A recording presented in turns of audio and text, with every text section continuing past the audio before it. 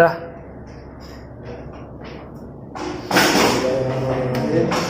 Assalamualaikum warahmatullahi wabarakatuh. Waalaikumsalam warahmatullahi wabarakatuh. Selamat siang teman-teman sekalian yang berbahagia. Pertama-tama marilah kita panjatkan Ikut kan? serta hidayahnya sehingga kita dapat berkumpul di ruangan ini hari ini. Perkenalkan, nama saya Rahmat Ramadan dari kelompok 9. Masih saya sebagai moderator di kelompok 9. Presentasi kali ini kelompok 8 akan menyampaikan materi tentang reformasi administrasi. Adapun anggota-anggota kelompok 8 dipersilakan untuk memperkenalkan diri terlebih dahulu. Terima kasih. Perkenalkan, nama saya Rizky Manso dan sebelah saya ada Saya Muhammad. Ya, baik. Teman-teman, langsung saja kita mulai ke sesi pertama, yaitu sesi penjelasan materi yang sudah dijelaskan oleh kelompok 8. Untuk waktu dan tempat saya persilakan. ini ada konsep dasar reformasi administrasi. Sebelumnya kalian tahu nggak sih apa itu konsep dasar reformasi administrasi?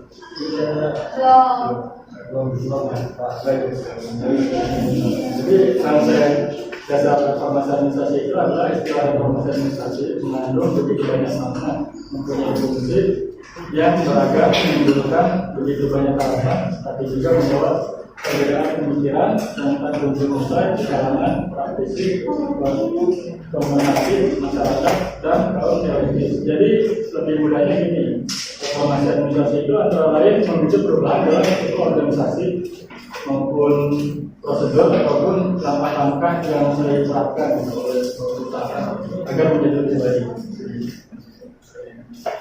Nah, kedua juga ada konsep reformasi administrasi. Yang pertama, secara konseptual reformasi administrasi adalah suatu usaha sadar dan berencana untuk mengubah yang pertama adalah struktur dan prosedur birokrasi, reorganisasi atau institusional atau kelembagaan. Yang kedua ada sikap dan perilaku birokrat, aspek perilaku guna meningkatkan efektivitas organisasi atau terciptanya administratif yang sehat dan menjamin tercapainya tujuan pembangunan nasional. Adapun reformasi menurut Tolong mengatakan bahwa perubahan tersebut hanya terbatas pada aspek utama yang secara lebih khusus dia sebut sebagai perubahan yang kekomprehensifannya sedang dan keinovasiannya tinggi atau kekomprehensiannya tinggi dan keinovasiannya sedang. Jadi yang dimaksud bahwa ini konsep kekomprehensifan itu lebih masuk ke dalam menyeluruh terus habis itu keinovasian itu lebih termasuk ke dalam peningkatan itu untuk mewujudkan sebuah perusahaan yang lebih baik. Terus yang diartikan dijelaskan ya ada struktur dan prosedur itu termasuk ke dalam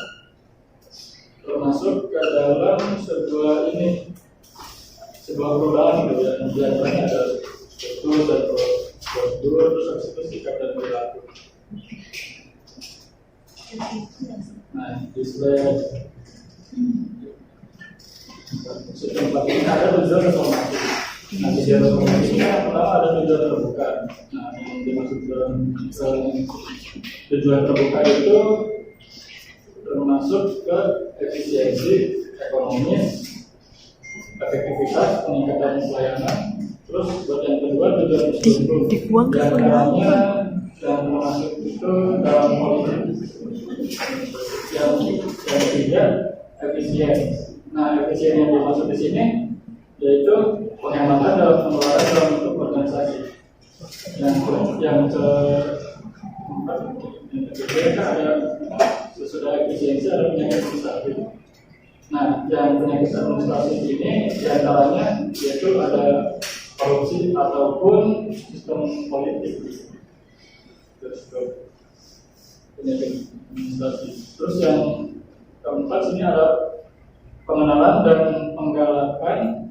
penggalakan sistem merit. Nah, yang dimaksud penggalakan sistem merit ini di sini lebih memasuk ke dalam sebuah pelatihan. Nah, pelatihan yang diadakan itu untuk mengubah para karyawan untuk bisa lebih melatih ilmu pengetahuannya lagi. Terus untuk selanjutnya kan di sini ada tujuan lain yang berkaitan dengan masyarakat. Antaranya yang pertama adalah menyesuaikan sistem administrasi terhadap meningkatnya keluhan masyarakat. Yang kedua, mengubah pembagian pekerjaan antara sistem administrasi dan sistem politik. Yang ketiga, mengubah antara sistem administrasi dan penduduk. Nah, yang berikutnya ada sasaran reformasi administrasi. Sasaran reformasi administrasi untuk mencapai tatanan penyempurna dan diperlukan reformasi yang berbeda-beda. Apabila tujuan yang ingin dicapai adalah metode penyempurnaan ataupun penyempurnaan untuk kerja. Adapun menurut NBI 171 A dapat dimasukkan ke dalam pengaturan-pengaturan, B metode penyempurnaan, dan E penyempurnaan untuk kerja. Nah, yang termasuk ke dalam sasaran reformasi di sini ada tiga sasaran reformasi administrasi. Yang pertama ada penyempurnaan dan reformasi prosedur.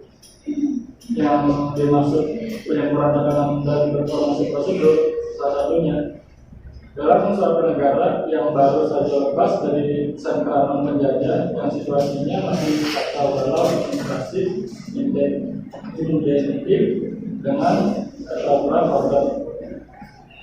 Nah, yang kedua, penyempurnaan metode dan reformasi teknis.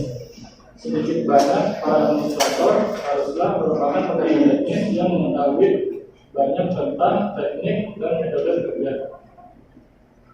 Yang ketiga, penyempurnaan kinerja dan reformasi program. Fokus utamanya adalah pada pergeseran dari bentuk ke substansi, pergeseran dari efisiensi dan ekonomis ke efektivitas kerja. Nah, proses selanjutnya akan dibacakan oleh Ya, baik, untuk slide selanjutnya di poin D ini ada perilaku manusia dalam reformasi administrasi.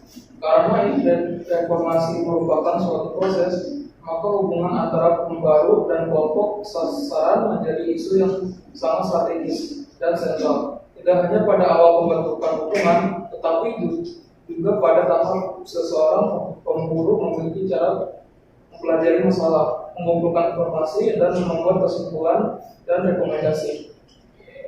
Selanjutnya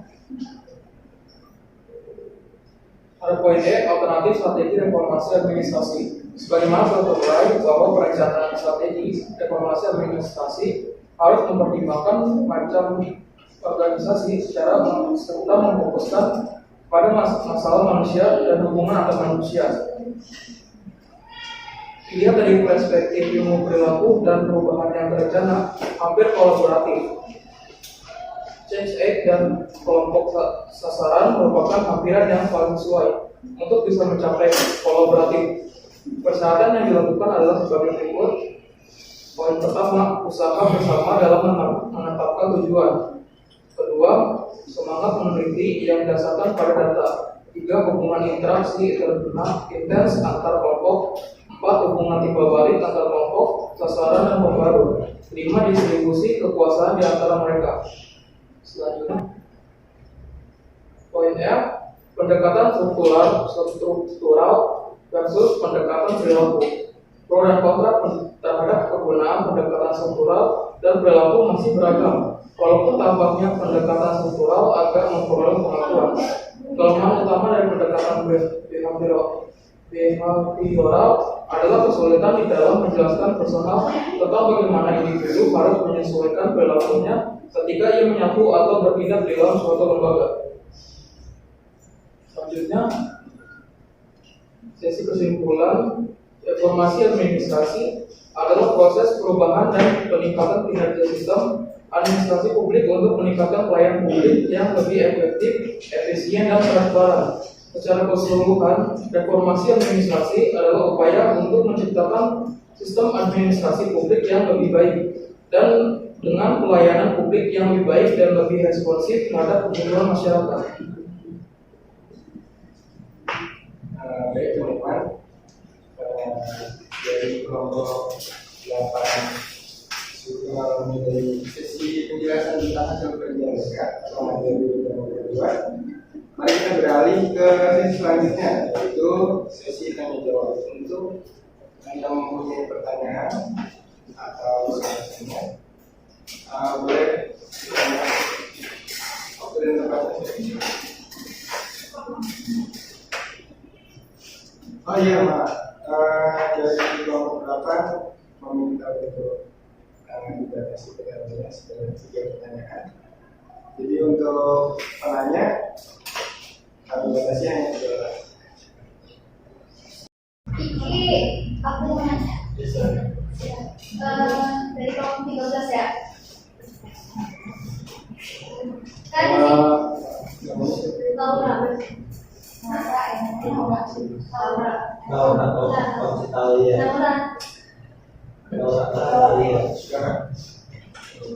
Kan tadi di slide dijelaskan perilaku manusia dalam reformasi administrasi.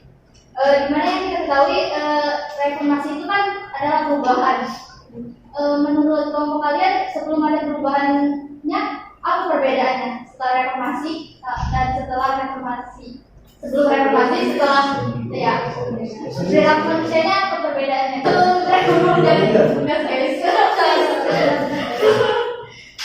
Kan kita tahu reformasi itu kan perubahan. Menurut kelompok kalian sebelum adanya reformasi itu bagaimana perilaku manusia? Setelahnya gimana? Karena ada sebelum dan setelah. Gitu. Kenapa nama saya Denis Wijaya dari kelompok 12? Denis Wijaya.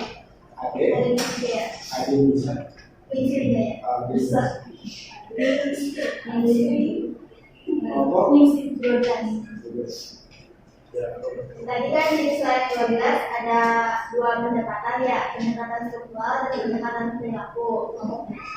Menurut kalian lebih baik menggunakan pendekatan yang mana di antara 2 pendekatan tersebut di dalam reformasi administrasi tersebut? Apakah saling penting keduanya? Ya, kami ngomong dari kelompok 2. Tadi ada slide apa sih? Coba yang tadi slide di bawah. Nah, itu penyempurnaan. Nah, kan di sini ada penyempurnaan tatanan dan reformasi prosedur kan. Menurut kelompok kalian nih, langkah awal apa ketika ingin menyempurnakan tatanan dan reformasi prosedur itu? Langkah apa? Langkah apa ketika ingin menyempurnakan tatanan dan reformasi prosedur? Saya jawab ya. Jadi baik dari pertanyaan tadi sebelum sudah reformasi administrasi manusia. Ya.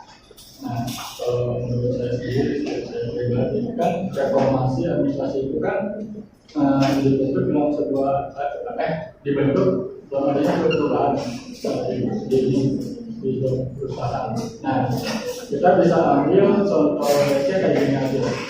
Misalnya pas sebelum adanya ini, pas belum ada peraturan yang diterapkan di perusahaan itu kan pasti kan sebelumnya kan nggak teratur gitu kan. Apa sih maksudnya? Jadi sama si peraturan itu tuh jadi yang lainnya itu nggak tahu kan arahnya bagaimana. Nah, sesudah adanya peraturan kayak di perusahaan, kayak penjagaan disiplin, disiplinan,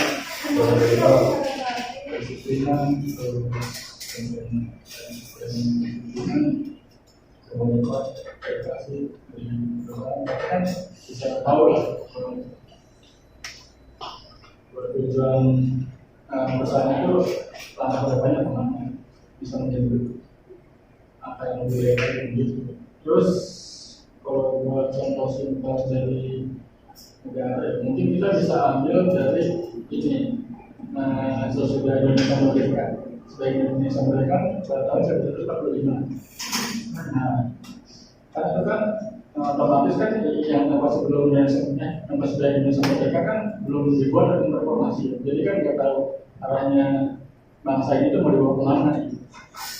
Nah, pas di era Orde Baru, itu reformasi administrasi ya dalam beberapa itu baru dibuat.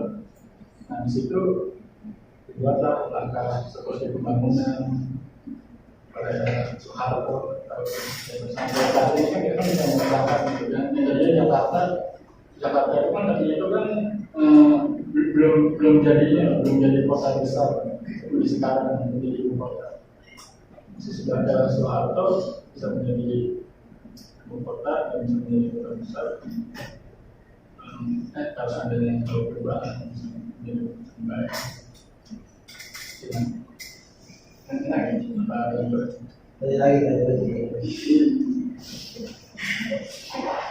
kasih Rizky.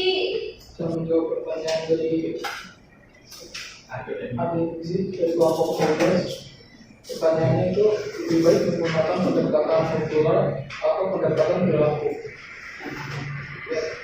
Keduanya sebenarnya saling membantu karena untuk mendorong informasi ini administrasi tersebut. Dorong informasi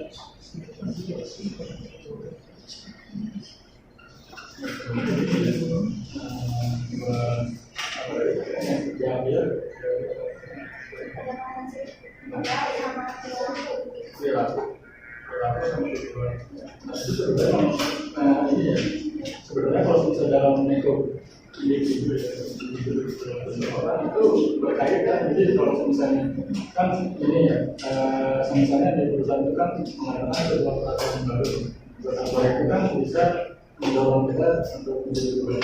Nah, otomatis kan yang orang yang mengikuti peraturan itu kan bisa mengadaptasi dari peraturan yang ada di perusahaan tadi.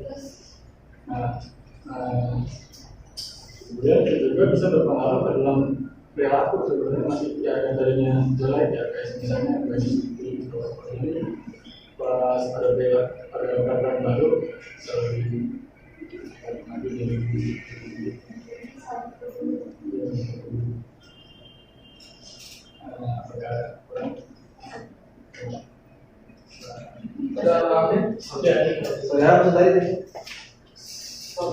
ketika ingin menyempurnakan tatanan dan reformasi administrasi politik, reformasi administrasi pertama dapat dikategorikan ke dalam penyempurnaan tatanan, kedua penyempurnaan metode dan menyempurnakan untuk kerja.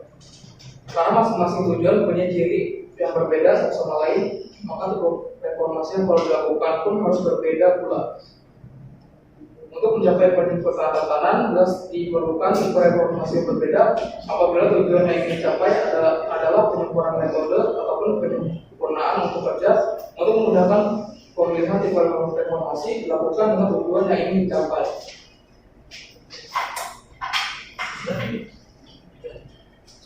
Ini dari buku kan?